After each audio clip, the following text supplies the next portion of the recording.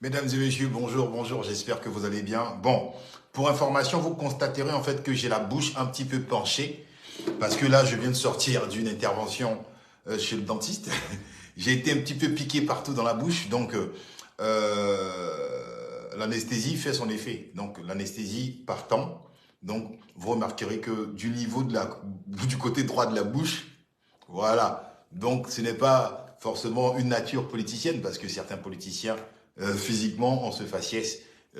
Bon, petite touche d'humour, voilà. Mais c'est juste parce que voilà, je viens de sortir d'une intervention chez le dentiste. Et vu que j'avais promis sur la vidéo prélude du samedi dernier, je vous avais promis en fait faire une chronique, une analyse de l'actualité politique. Donc on va la faire ensemble. On va se donner 1 heure de temps. Et donc en musique d'introduction, pour ceux qui sont friands, en tout cas de bon reggae, voilà, j'ai cet album-là avec une cover assez expressive du groupe de Upsetter. Vous connaissez les Upsetter, pour ceux qui ne connaissent pas, de très bons chanteurs, de très bons choristes qui ont œuvré super longtemps avec Lee Scratch Perry, grand producteur aussi qui a travaillé pour le label Trojan, et qui a travaillé avec Scott Cox, qui était producteur à l'époque sur les premiers albums des Wailers, avec Feu Robert Nesta Marley, euh, Peter McIntosh et Benny Wailer également. Bon, alors, donc, nous allons parler de l'actualité. Il y a tellement de choses, j'ai reçu tellement d'éléments. Je profite pour saluer et faire un coucou à tous ceux et toutes celles qui me regardent actuellement. J'ai vu Pascal Agbadou, Aïdagou, effectivement, je reviens de chez le dentiste. J'ai vu Miss Tintin qui m'avait limite mis un revolver sur la tempe pour dire qu'on n'a pas besoin de tes photos de profil.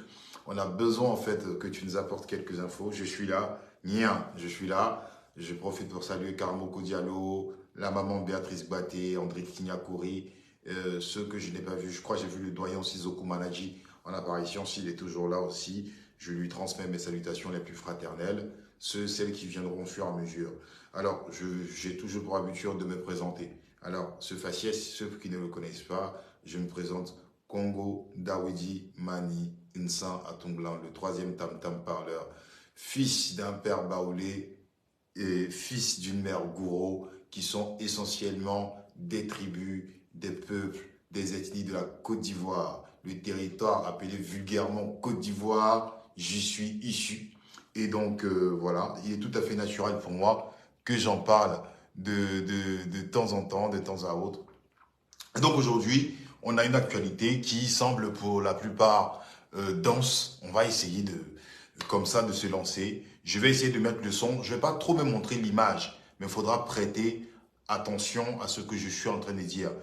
Écoutez bien la vidéo quand elle va débuter. Nous allons parler de l'actualité, tout simplement. On parlera naturellement de Tidiane Thiam, l'effet Tidiane Thiam qui, en tout cas, à l'issue de ce congrès prévu le 16 décembre, c'est-à-dire cette semaine, le congrès du PDCI-RDA pour désigner le cap, pour désigner un candidat, pour désigner surtout un président de parti politique, avant de désigner leur candidat pour les fameuses échéances prévues pour 2025.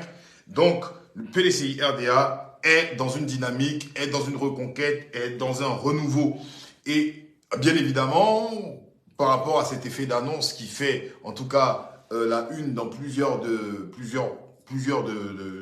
débats, de discussions sur les réseaux, dans le foyer ivoirien, soit on est pour Thiam, soit on est contre Thiam.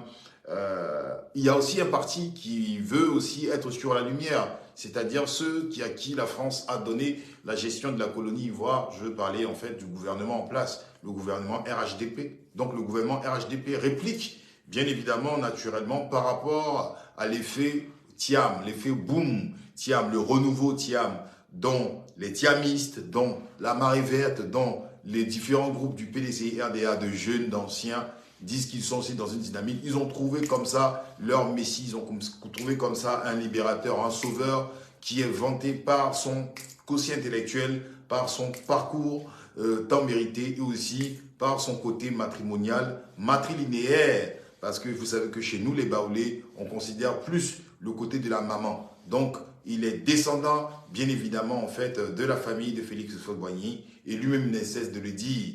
dans des confidences, quand son grand-père marchait le long des champs de cacao, ou même sur l'ex-actuel site de la Fondation Félix Houphouët-Boigny, il marchait et il parlait tout le temps. Donc, le PDCI aime bien les légendes. Le PDCI aime bien toujours ce côté monarchique, ce côté noble, lié en même temps à une Côte d'Ivoire moderne dont ils ont bâti. Et bon, c'est le PDCI, c'est le folklore. Bon, écoutez, mon père est baoulé, ma mère est gourou, mais je vous le dis sincèrement, j'en ai rien à foutre. Il faut qu'on soit clair. C'est pas une injure, c'est pas un manque de respect, mais j'en ai rien à foutre. Aujourd'hui, moi, j'ai besoin d'un Ivoirien. J'ai besoin de quelqu'un qui vient de ce territoire qui s'appelle la Côte d'Ivoire, qui pense pour les habitants, quelle que soit leur provenance. Que tu sois enfant d'Houphouët-Boigny, chacun peut créer la légende dans sa famille. Mon père est chef de famille, il est chef de terre, il est chef de tribu. Mais voilà, ça, c'est votre côté familial. On parle d'un territoire où il y a des baoulés, il y a des gros, il y a des bétés, il y a des gagous, il y a des abidji, il y a des aladjans, il y a des senoufou, il y a des tagbana, il y a des maouka, il y a des tas. Donc, le maouka, le tagbana, le bété, le gouro, le temps sont toujours même chose.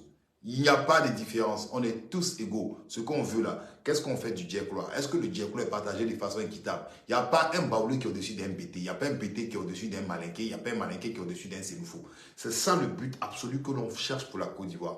La première des choses déjà, c'est de se suffire. La sueur de nos grands-pères qui sort dans le cacao, dans le café, dans les VA, dans la nacade là, où le jeton va, on veut voir clair dedans. Et puis en fonction de ça, là, on va pérenniser pour nos enfants et petits-enfants, de telle sorte qu'ils ne subissent pas les mêmes erreurs que nous avons suivies, nous, la génération sacrifiée. On n'est pas encore une nation. Une nation se reconnaît par sa monnaie, par sa langue, et se reconnaît aussi, d'accord? Une nation se reconnaît par sa monnaie, par sa langue, et se reconnaît aussi par sa souveraineté, sa défense. Donc, la nation ivoirienne est un concept qu'Houphouët-Boigny a voulu inventer de façon idéologique. Il s'est dit que d'autres pays étaient contre ce que lui il avait comme objectif, dont la Côte d'Ivoire serait une petite nation en quelque sorte. Mais nation, on se reconnaît par une monnaie, on se reconnaît par sa défense, on se reconnaît par sa langue. Nous ne partageons aucunement de langue. Parce que vous, peut-être vous êtes Dida, moi je suis baoulé. En quoi un baoulé se reconnaît dans un Dida? On n'a aucun partage. Et puis il faut comprendre les circonstances. Ce sont les Blancs qui ont tracé une cartographie pour nous mettre ensemble.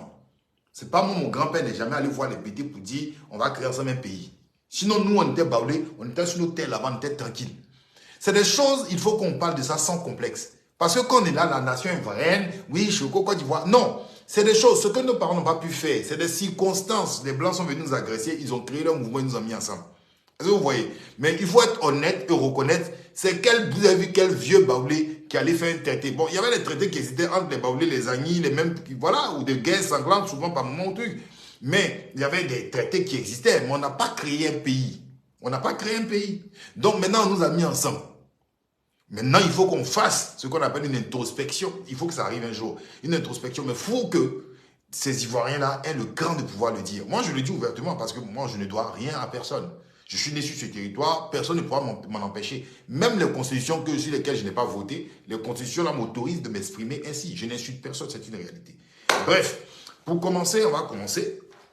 Chers amis, c'était mon petit truc introductif, hein, on va dire ma petite introduction sur ce live.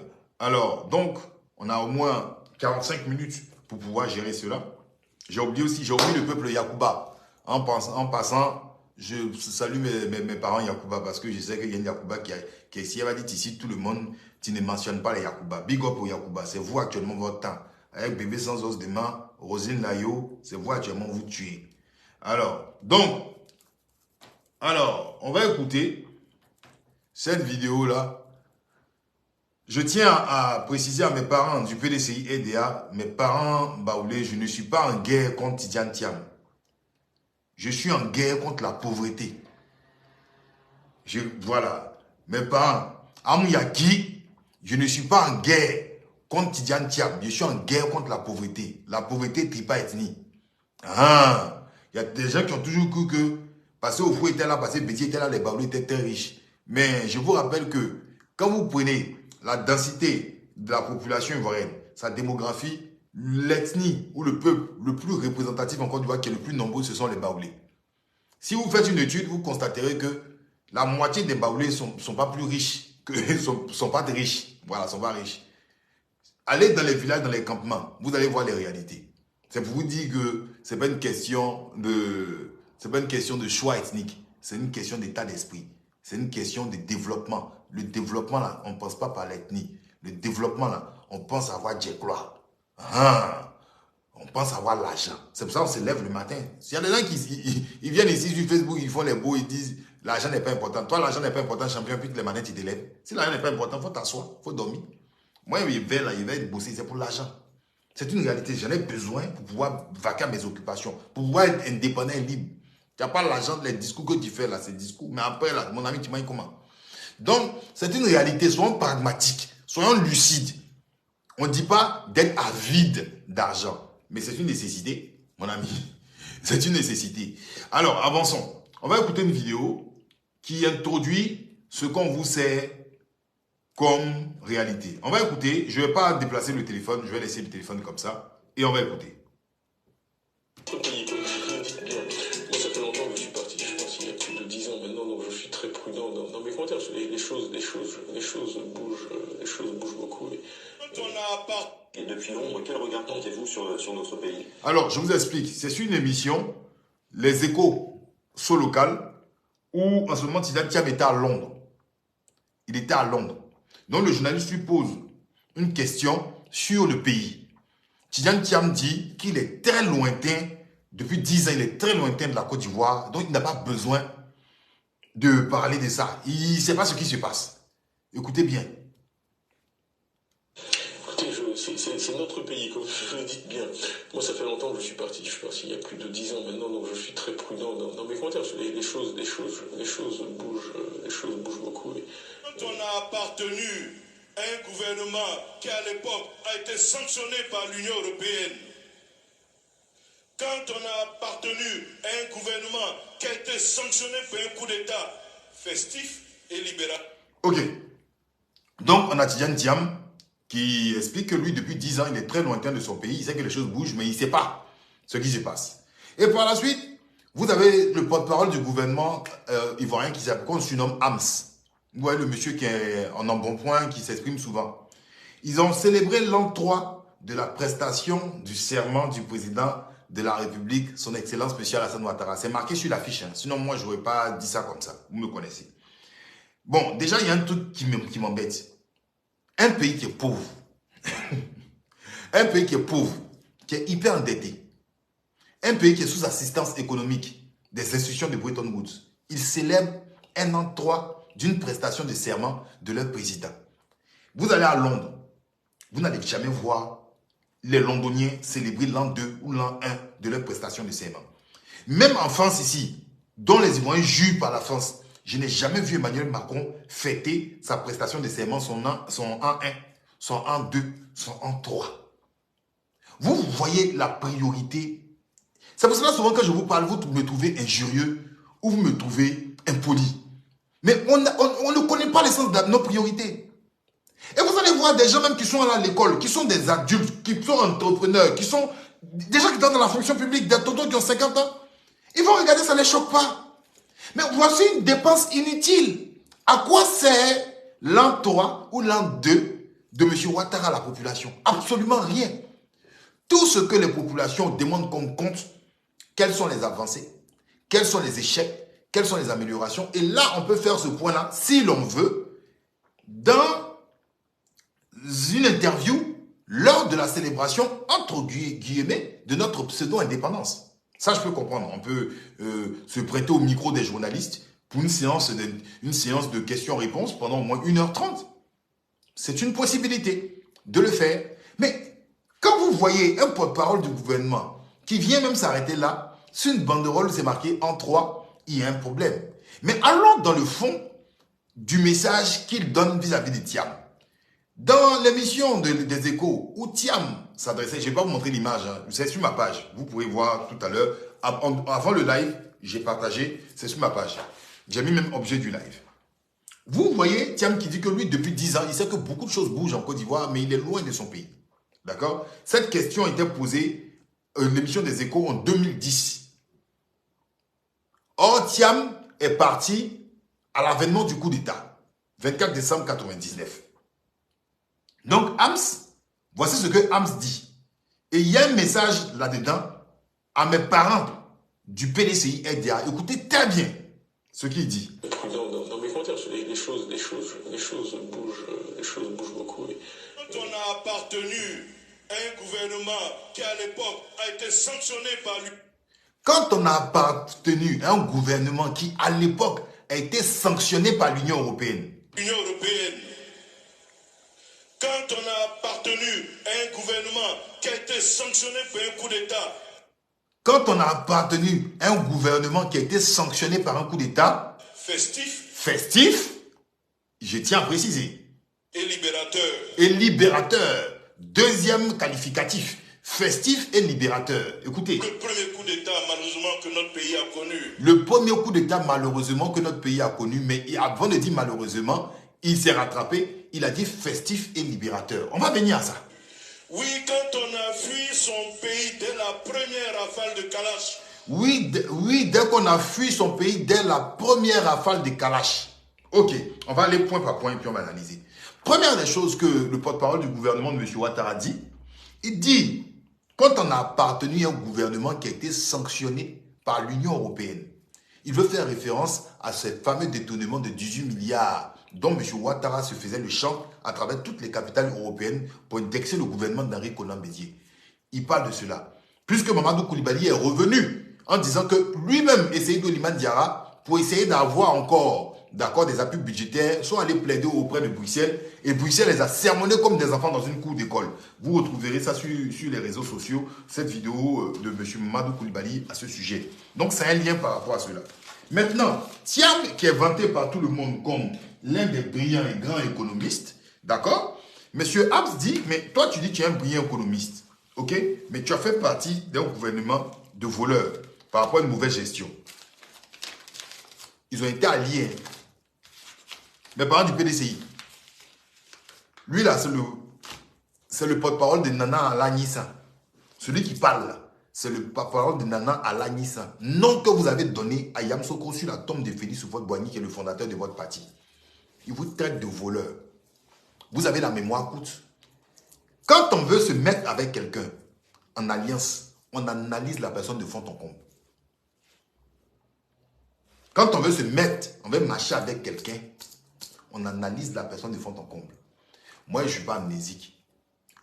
C'est à cause de vous. Il y a une guerre où il y a eu plus de 3000 morts. Parce que vous étiez au milieu.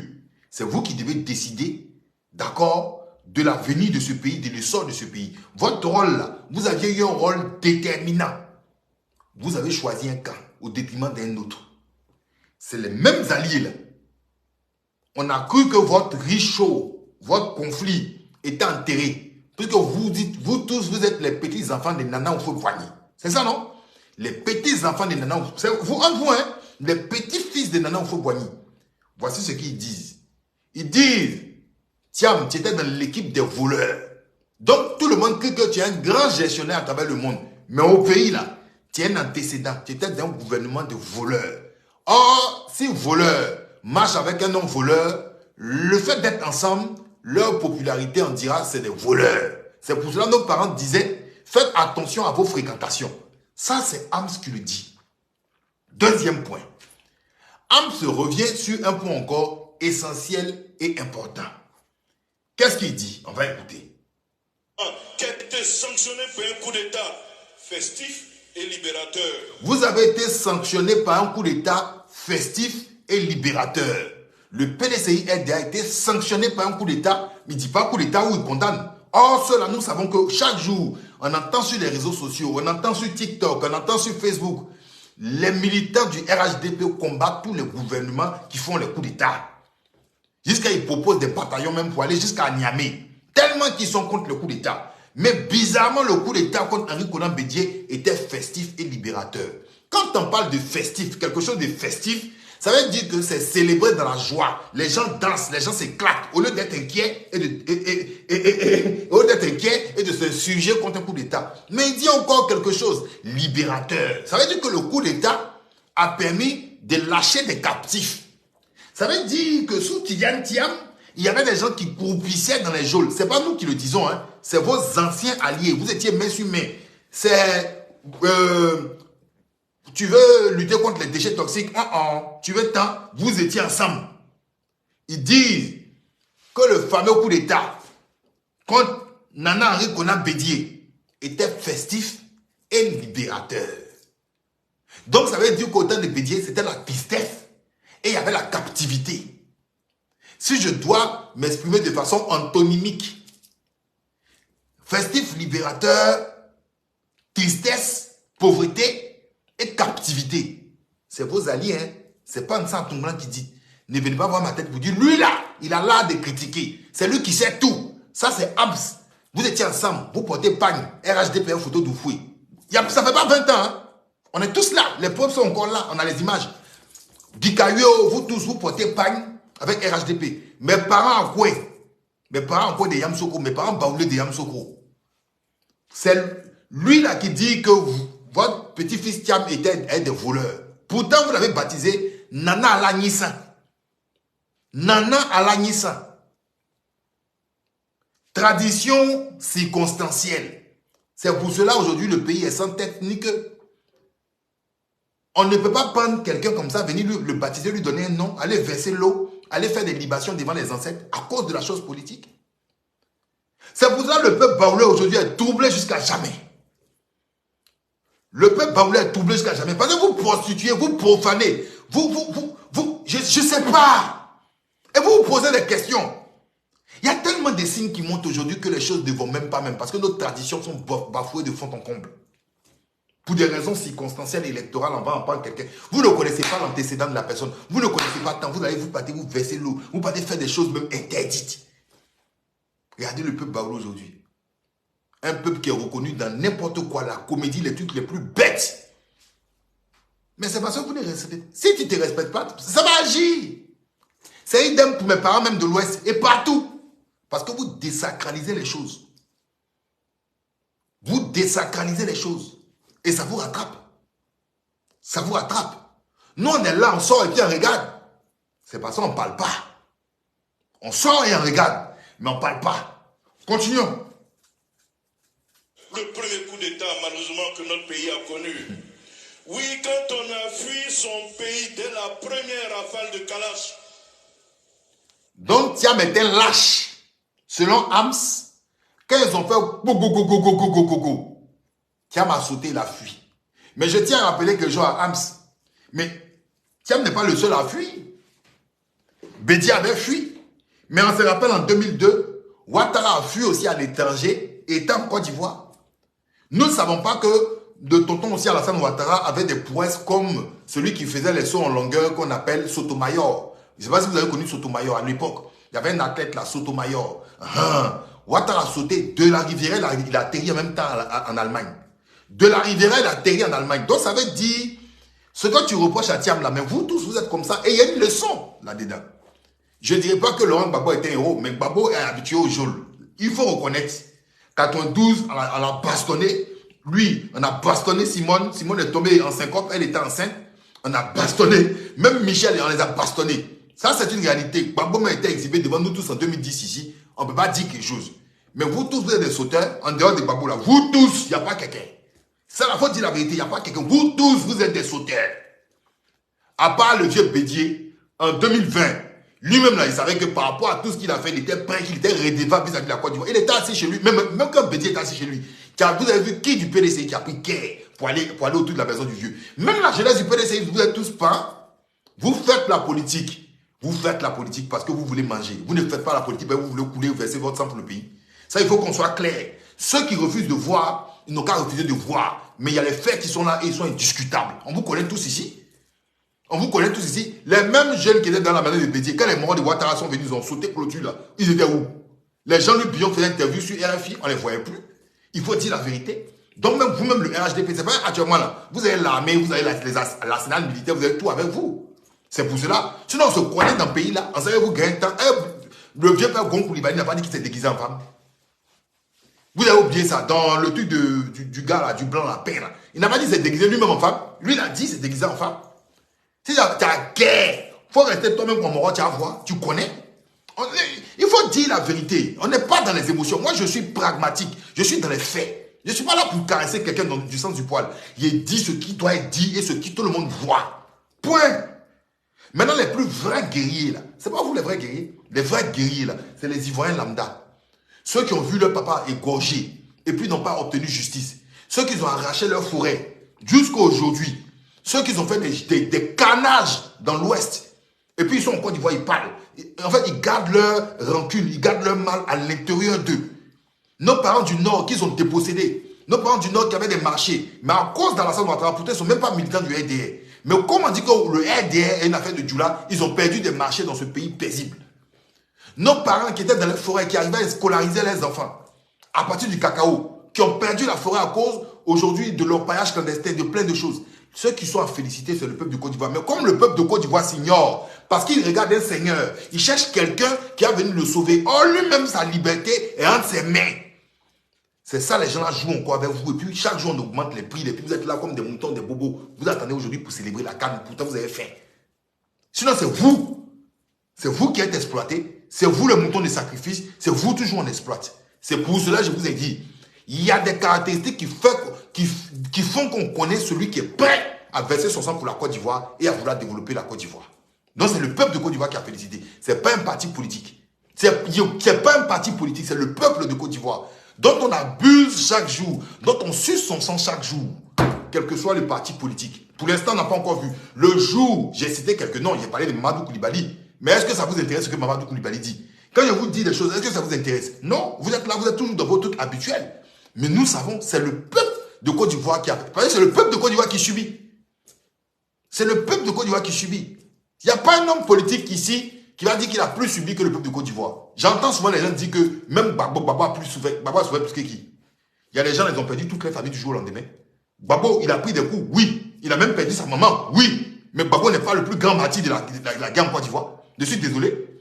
Gbagbo n'est pas le plus grand martyr de la guerre en Côte d'Ivoire. Donc arrêtez de rendre les films jolis et fantasmagoriques. Gbagbo là, lui au moins il a eu milliards. Il y a des gens qui travaillaient, puis aujourd'hui la compte est bloquée, ils n'ont rien. Et puis eux-mêmes, leur famille, ils ont tout perdu. Ça existe dans le pays là. Ça existe dans le pays là. Voilà, voici la réalité. Mais ceux-là, vous ne les connaissez pas, c'est des gens qui sont anonymes. Souvent, ils sont là, ils sont assis comme ça. Tellement ils ont mal. Il y a un VC qui sort. Tellement qu'ils ont mal. Ils sont là. Tout ce que vous entendez, c'est...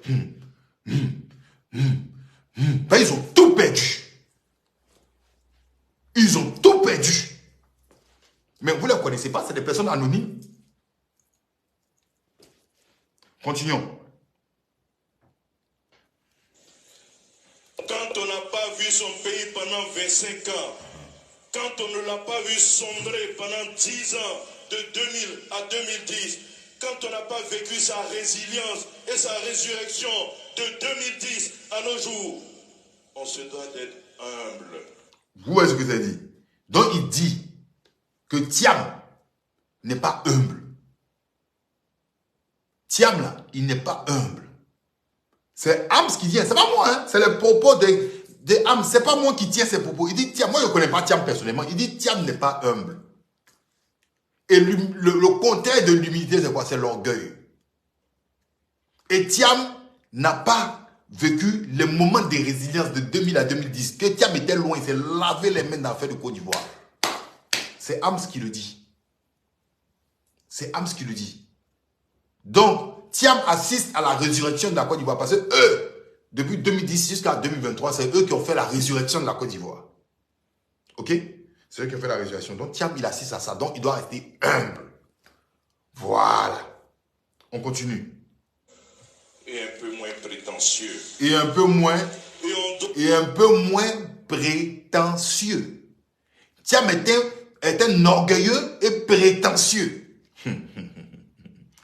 Et surtout reconnaissant à celui qui a réuni les conditions pour que enfin on ait le courage de rentrer pour faire de la politique saine, de la politique civilisée. Donc il dit, Hams dit à Thiam, à Tidiane, il faut être reconnaissant vis-à-vis de Ouattara parce que c'est grâce à Ouattara que tu es rentré et tu fais de la politique saine et civilisée. C'est ce que Ramsès Sikaya dit dans son dernier son. Ceux qui connaissent pas Ramsès Sikaya, c'est un chanteur de coupé décalé. Son titre c'est Idjousousma. Voilà, Idjousousma. Il dit ça. Voilà, c'est Hams qui dit ça à Thiam. On arrive, hein. Moi, j'interprète, mais je vous donnerai mon point de vue ensuite. Nous, les enfants d'ado. Hams dit, nous les enfants d'ado. Pourquoi il dit nous les enfants d'ado? Et c'est là, je vais encore m'en prendre aux gens du PDCI RDA. Avant, là, quand le RDR parlait, il disait quoi? Ils sont les enfants du fou Boigny. Tout ça là. Excusez-moi, j'ai mon intervention chirurgicale là, j'ai des débris qui... J'espère que ça n'a pas de truc, hein. C'est un truc... Bref, excusez-moi, c'est pas très esthétique, mais bon, il faut que je m'exprime clairement. Et voilà. Donc il dit, nous les enfants d'ado, avant là, ils étaient tous les enfants du fouet, n'est-ce pas? Vous étiez tous les enfants du fouet, non? Mais comme Thiam réclame sa matrilinéarité, eux ils disent qu'eux sont les enfants d'ado. Comme maintenant Thiam, c'est l'enfant du fouet. C'est votre argumentaire, non? PDCI, c'est votre argumentaire. Enfant du fouet, c'est le sang du fouet. Donc il répond, il dit les enfants d'ado. Un débat stérile et puéril. Je vous ai dit, c'est le truc le plus con qu'on pouvait imaginer. Comme argument, vous avez le droit de choisir n'importe quel candidat, mais dire qu'il est descendant de la famille du fouet, en quoi est-ce qu'il est descendant du fouet Boigny? Ça apporte quelque chose à la Côte d'Ivoire. Non mais sincèrement, je veux savoir, en 2023, vous avez encore l'intelligence de vous asseoir pour dire que oui, il est descendant du fouet. Mais qu'est-ce qu'on a foutu? Attends, un enfant qui est né en 2000, qu'est-ce qu'il a foutu de cela? 2000 a 23 ans aujourd'hui. Un enfant qui est né en 90, il a 33 ans aujourd'hui. En quoi être descendant du fouet est une particularité hors norme? C'est quoi? En quoi être descendant du fouet de Boigny est une particularité hors norme? C'est pour ça que je dis ce folklore que vous avez, il faut l'enlever. Être militant d'un parti politique ne veut pas dire qu'on est doué, on comprend la politique. Hein. Peut-être votre truc que vous faites, à l'époque vous aviez fait, hein, entre les 322 463 km² et puis avec la France, et les trucs, vous êtes resté dedans. Mais c'est quoi? Moi, personnellement, et c'est un baoulé qui vous le dit, ça, c'est puéril. On n'a même pas besoin de ça. Même nous-mêmes, baoulés, on n'a pas besoin de ça. On n'a pas besoin. Je suis désolé. Sortez de ça. Allez travailler sur des argumentaires où les Ivoiriens vous attendent. Mais où vous partez là? J'entends ça même sur plein de lives. Arrêtez ça. Arrêtez ça. Sincèrement, arrêtez ça. C'est pas beau à voir, c'est pas joli à voir. Et puis c'est ridicule même. Je vous le dis sincèrement, c'est ridicule. Donc eux, c'est des enfants d'ado. Vous êtes les enfants du fouet. Pourtant, ado, ado dit que lui-même, il est le fils du fouet. Il était choisi par le fouet. Donc qui croit? Les enfants d'ado contre les enfants du fouet Boigny. On vous regarde entre vous, les enfants d'eux. Continuons.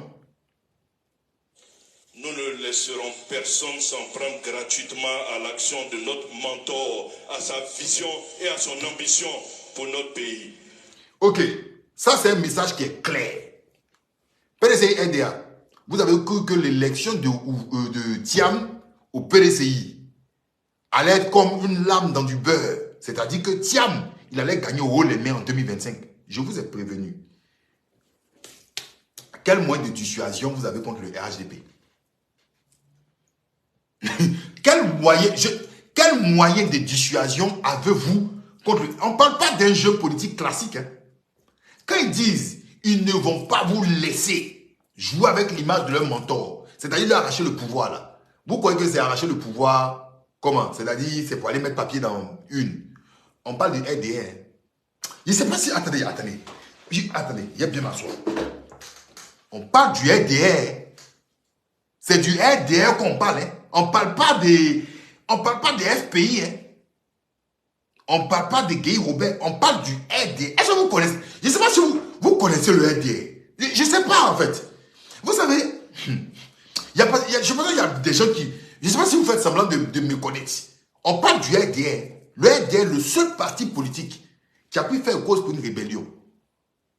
Souvent, j'entends des gens et même des militants du RDR dire oui, Soro Guillaume est un rebelle. C'est un rebelle. Montrez-nous une seule vidéo où Alassane dit qu'il est RDR. Et puis, vous êtes là, vous êtes assis, et puis personne ne peut argumenter. Il y a une vidéo qui est ici, de M. Fanny Brahima, ancien maire de Boaké, militant RHDP. Il n'a jamais été viré au RHDP. Et puis lui, il prend le micro. Il dit bravo aux enfants du MPCI. Mais quand on parle de la section politique du MPCI, c'est le RDR. Fanny Brahima. Il parle et puis ça ne va pas quelque part. Mais si Fanny Brahima dit qui ne corrige pas, qui ne donne pas de correction consent, ça veut dire, c'est un parti politique, ça veut dire qu'ils ont consenti les armes du RDR. Quand ils vous disent que le coup d'État en 99 était festif et libérateur, vous croyez qu'ils ont oublié? C'est quand circonstanciellement ils ont besoin de bédier aux autres là. Ils disent, on est les enfants de fouet. Sinon, eux là, ils ont leur logiciel qu'ils n'ont pas oublié. Vous croyez que vous allez venir, nana ouvre, na ouvre boigny, nyana Côte d'Ivoire, mais Tiamo, c'est l'ami des Blancs, c'est l'ami, tout se passe sur le terrain. Abidjan. Ah, tiens, mais Macron même soutient Tiam. Je les regarde et je dis, mais vous croyez dans quel monde même? Mais et puis vous regardez, mais ils voient que vous n'avez pas fait de guerre, de lutte, vous n'avez pas bataillé. Vous n'avez pas lutté, la vraie lutte là, vous n'avez pas connu ça. Donc ils vous regardent et puis ils se moquent de vous. Ils disent, mais vous êtes de quel logiciel? Hein? Allez, c'est la marée verte, on y va, oh, ils vont voir, hein, garçon est là. C'est le RDR, hein? Faire coupe-fer. Mes amis, faire coupe-fer. C'est pas affaire de dire il a travaillé à la banque de l'homme, quoi. C'est faire coupe-fer. Faire coupe-fer. Sinon, dans cette histoire-là, si vous allez vous présenter aux élections, puis il n'y a pas de bangman là, ça veut dire que c'est un passage des flambeaux. Simple. C'est un passage des flambeaux. Simple. Ça veut dire que c'est un scénario. Ça veut dire ce que Hams fait là. Il y a une ligne il y a une feuille de conduite qui est donnée devant. En fait, les plus gros perdants dans ce truc, ce sera les Ivoiriens. Sinon là, si c'est SDR que vous connaissez là, mes amis, faire coupe-fer. Eux, ils ne blaguent pas. Hein. Ils disent qu'eux ont lutté pour avoir ça là. Donc, avant de donner à quelqu'un, il faut que la personne soit prête. Vous comprenez ce qu'ils disent. Vous comprenez ce qu'ils disent. Ils gagnent. Jouez seulement. Nous n'avons laissé personne le faire depuis 93 jusqu'à nos jours. Vous avez entendu? Il n'a pas dit depuis 2017. Depuis 93 jusqu'à maintenant, eux n'ont pas laissé quelqu'un jouer le nom de Ouattara. S'il faut marcher dans le feu là, eux vont marcher dans le feu. Je ne sais pas quand vous regardez la vidéo là, mais vous regardez comment même en fait. Oui, et puis vous êtes là, vous partez dans les groupes PDC, vous amusez, et puis vous êtes là, ils sont chauds, Tiam a mis le feu, ils sont chauds. Ils sont en train de vous dire clair. Vous amusez là. Vous allez sentir. C'est ça qu'on appelle être pragmatique. Connaître son adversaire, connaître son... Moi, c'est comme ça que je suis quelqu'un de très pragmatique. Vous amusez là. Ils vont vous montrer qui a mis l'eau dans le coco. C'est effectivement Dominique Lafontaine, c'est exactement ça. C'est exact. Ce que tu as dit là, le PDC est juste dans la logique de voir la France remplacer Ouattara par Tiam. Point.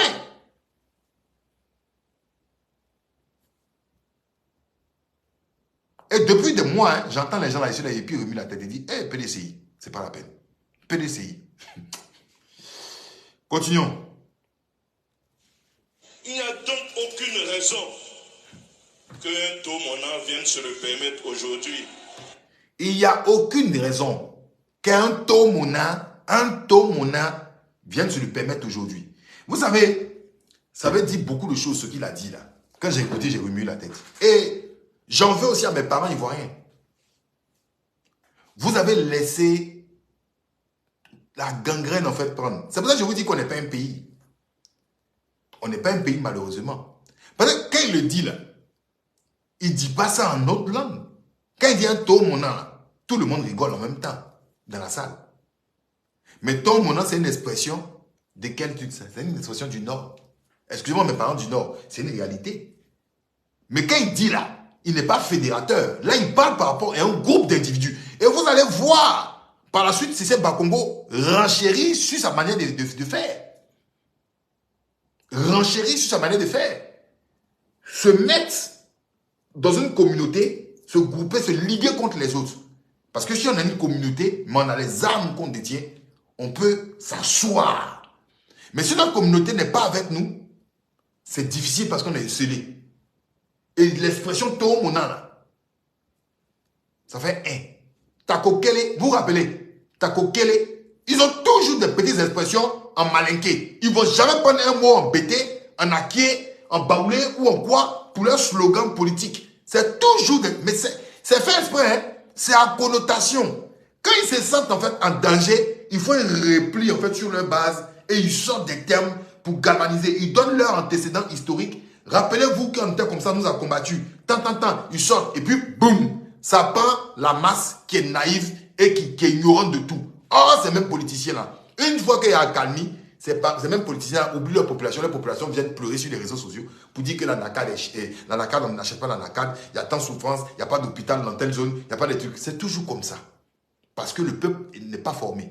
Mais quand il dit tout, mon âme, ça rigole. Oh, c'est toujours comme ça. Et c'est la même chose que aussi nos parents, quand ils sont baoulés, quand ça chauffe, regardez, tiens, quand il est venu à la maison du parti à Cocody, pour monter son ivoirien, son côté baoulé, et ça c'est un autre point, j'ai venu dessus. Qu'est-ce qu'il a, il a chanté la chanson baoulée là. Quelque chose, Sodia, une chanson baoulée là, que vous connaissez.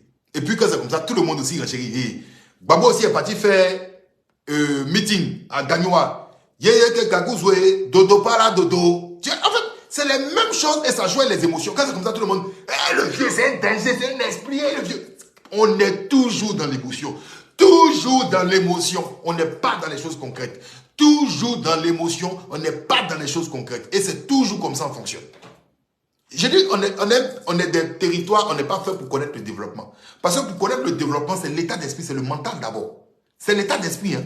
Pour connaître, c'est l'état d'esprit. Est-ce que vous avez déjà vu Emmanuel Macron a été élu et puis on vous a montré 2 jours après la fête dans son village? J'ai dit ça à une maman là, Natif Falconier, je suis allé prendre mon bijou. Je lui ai dit, tu as déjà vu ça? Tu as déjà vu un ministre français nommé et puis dans son village on fait la fête? Il est nommé le lendemain, il s'en va au travail. Nous là, on te nomme et puis on fait fête dans ton village.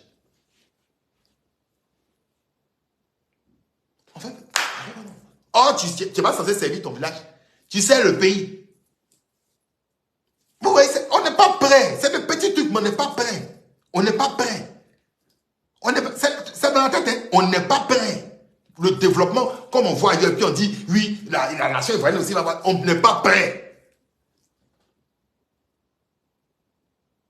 Mais je compare la politique française parce que la politique française est une pâle copie. La politique ivoirienne est une pâle copie. Est-ce qu'il existe une politique ivoirienne?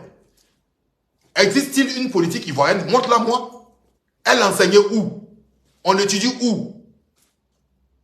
Non, je pose une question. La politique ivoirienne est-elle enseignée où? Il faut me répondre. Toi, tu penses que tu étais étudiant en puissance éternelle. Politique ivoirienne, ça existe où? La politique ivoirienne est un embryon de la politique française. Tout le mode électoral, tout le code, tous les tests, toutes les idéologies droite-gauche. Toi, tu connais droite-gauche, toi? Ton esprit bêté là, la droite et la gauche existent. Les gars, arrêtez vos conneries là. C'est là que je suis de vous. Soyez dit, arrêtez vos conneries. Mais si je ne prends pas appui sur la France, je prends appui sur qui? Je prends appui sur qui? C'est la France qui est votre modèle? Hey! C'est la France qui est votre modèle? Tu es bêté là, tu connais droite-gauche chez les bêtés? Champion, arrête ça. Le jour où la Côte d'Ivoire va avoir un système qui est propre, qui est endogène à sa réalité, là, je pourrais parler de politique ivoirienne. Sinon, c'est une pâle copie. C'est une pâle copie parce qu'on fait mal même en plus. On fait mal. L'État, c'est quoi? L'État, c'est qui? C'est pas toi et moi. C'est pas nous qui sommes source de revenus et de richesses. Le président travaille pour qui? Il travaille pour nous. Pourquoi son village célèbre? On s'est tué les blancs, on a copié. Ah! Voilà, merci. Et pour les mains. Yesubao et Jaole. Et voilà, Yesubao et Jaole. Quand il a dit ça là, wow, c'est gâté. Oh, diable, wow. J'ai dit, bien les gars, quoi. Émotion, émotif. Les gars apparaissent. Des émotifs. On vous aime comme ça. On peut vous avoir comme ça. Si vous étiez au go là, on vous a eu comme ça à la minute. Continuons. Aucune raison. Surtout que le président a honoré toutes les promesses, tous les engagements qu'il a pris et qu'il allait même au-delà. Nous voyons les solutions. Nous vivons les solutions. Nous n'avons pas besoin de les voir parce que nous les vivons. Et les gens applaudissent. Oh, le pays est en danger. Il n'y a rien. C'est la misère. Ça ne va pas. On est sous assistance économique toujours. Les gens courent pour aller prendre crédit partout. Lui dit, eux ont fait. Vous voyez, en fait, vous voyez comment ils ne sont même pas dans la réalité. Et puis les gens applaudissent. Eux ils disent là, leur programme. Ouattara disait qu'il avait construit une villa ici à 6 millions pour les gens. Ou 5 millions là. Hein? Et puis les gens applaudissent. Des gens, et parmi ces gens, il y a des gens qui ont faim. Hein. Ceux qui applaudissent, il y a des gens qui ont faim. Ils n'ont même pas leur transport au retour, mais ils applaudissent. Un ministre qui est dans son embonpoint, qui lui, peut-être, certainement, mange du caviar sur les frais du contribuable. Vous voyez la réalité, quand il dit le problème est mental, là, les gens pensent que c'est pour insulter. En fait, c'est profond, hein. C'est profond. C'est profond. Et lui, il ment comme ça devant tout le monde. Que eux, ils ont réussi le programme, ils ont accompli. Ils sont allés au-delà même du programme de Ouattara. D'accord? Par Ouattara. Laissez, champion, puissant internet, pardon, laisse mobilisation du PPACI, là, pardon. On a qu'à se respecter ici. Faut laisser Stéphane Kipré et Maman Nadi, ils vont gérer leur mouvement. Le jour où PPACI va vouloir faire de la politique, moi, je serai prêt à parler. Faut pas faire des choses comme ça ici. Jeunes de Côte d'Ivoire, maintenant que vous avez un nouveau président qui a décliné ici son action que je peux résumer en un triptyque. Organisation, formation, mobilisation, c'était le sens de son discours. Oui, je veux compter sur vous pour être les soldats du président Ouattara, comme l'a demandé la ministre Belmonde. Je veux compter sur vous. Vous avez entendu? Il a dit quoi? Comme des soldats. Comme des soldats. Il n'a pas mis n'importe quel mot. Hein. Soyez mobilisés comme des soldats. C'est la jeunesse, on utilise toujours. La jeunesse. Plus de 80% de la population ivoirienne est jeune. Et il leur dit un triptyque qui inclut la formation. Vous connaissez combien de jeunes en Côte d'Ivoire qui sont formés? Même dans Maïmouna, ils ne sont pas formés. Vous connaissez combien de jeunes qui sont formés? Hein? Vous connaissez combien? Donc, chers parents, je voulais vous montrer en illustration ce que c'était actuellement la réalité.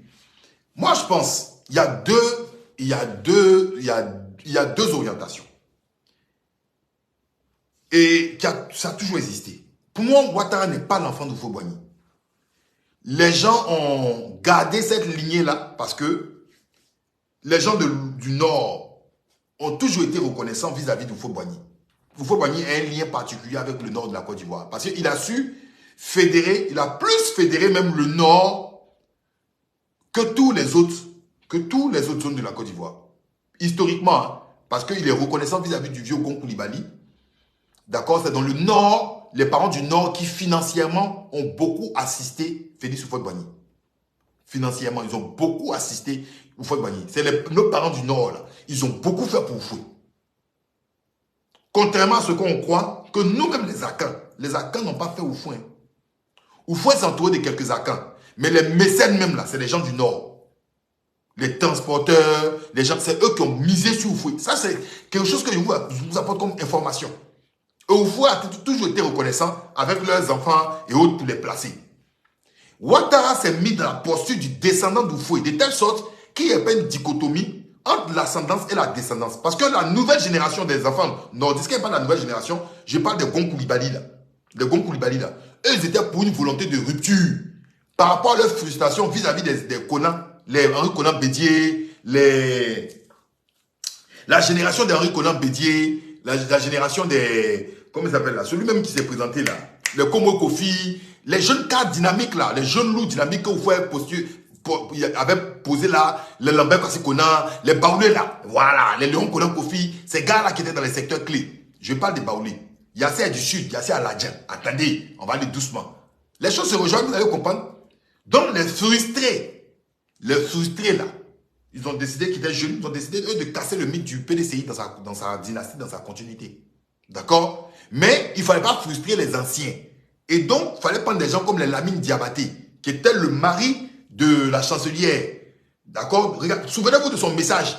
Il disait avant, lui-même l'a dit, hein, il a dit à Malinké, il allait au dîner, il est devant les vieux, il a dit encore. Il a dit autant d'Houphouët s'occupait de nous, Houphouët nous regardait. Mais depuis que Bédié est venu, Bédié ne nous regarde plus. On est frustré, c'est pour cela qu'on allait dans le RDR. C'est Lamine Diabaté, qui fut ministre de Félix Houphouët-Boigny, qui a mis cette pilule rouge là dans le logiciel de nos parents du Nord. Donc à partir de ce moment, il y a une jonction entre les anciens, certains anciens, et la nouvelle génération qui sont les Gon Coulibaly. C'est fait méthodiquement. Donc il faut que Alassane Ouattara ait une symbolique. Donc d'autres du Nord jusqu'aujourd'hui sont convaincus que Ouattara est un descendant, C'est-à-dire, est un choix politique même de Félix Houphouët-Boigny. Or, ce n'est pas le cas. Ce n'est absolument pas le cas. Et ce n'est pas le cas parce que moi, je le prouve, je le dis. Regardez dans les initiés du RDR, quand ils disent, eux, ils reconnaissent leur Houphouët, c'est Ouattara. La preuve, regardez le porte-parole du RHDP, Rassemblement des Houphouëtistes. C'est un rassemblement des Houphouëtistes. Leur première, c'est-à-dire leur parole même les tombe. Ils devaient jurer matin, midi et soir par Houphouët. Le PDC-RDA même n'est pas un parti avec l'acronyme Houphouëtiste. C'est Parti démocratique de Côte d'Ivoire, Rassemblement démocratique africain.